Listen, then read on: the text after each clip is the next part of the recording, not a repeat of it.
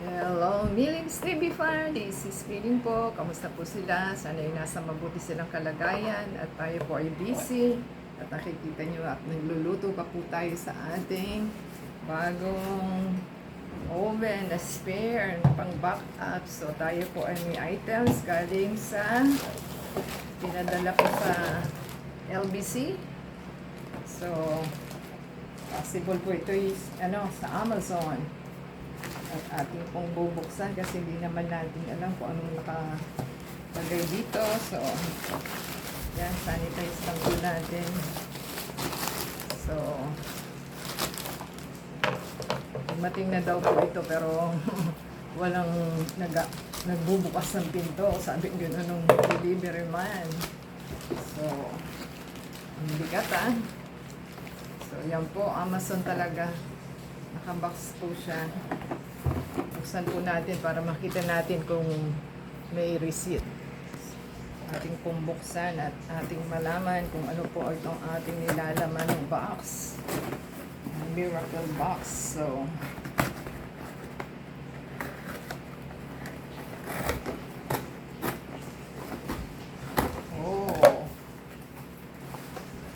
bili na naman siya. May receipt po.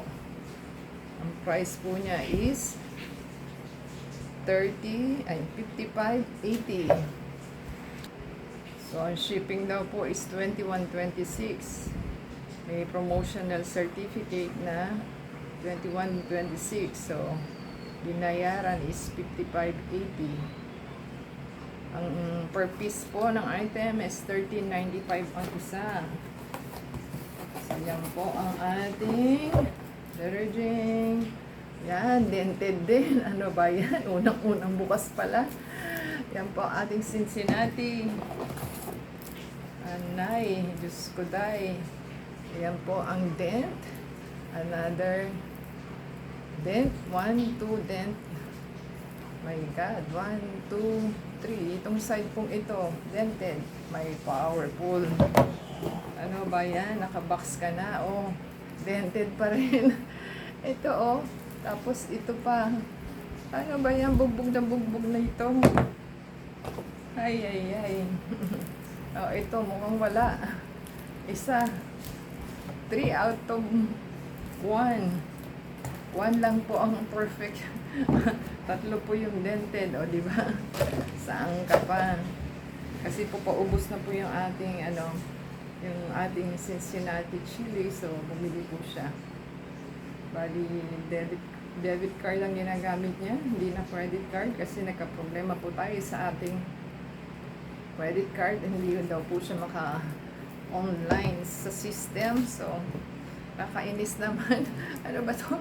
1 out of 3 ang hindi ayos. So, isa lang po ang maayos. So, yan po ang ating problem sa online. Kapag dineliver po, kahit na nakabox siya, wala rin saysay. Kung ihagis-hagis is good luck.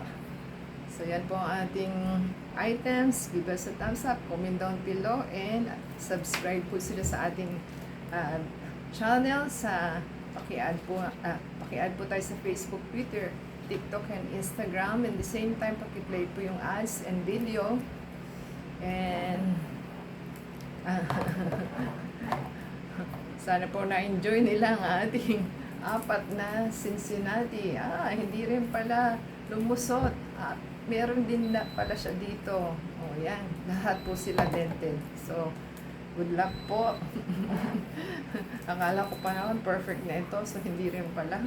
Kasi sa kapa mo palang masasalat mo na yung kung dented o hindi. So, 4 out of 4 dented po ang ating item. So, ang expiry po niya is October 2, 2026. So, yan po ang ating items. Until next time po. God bless everyone.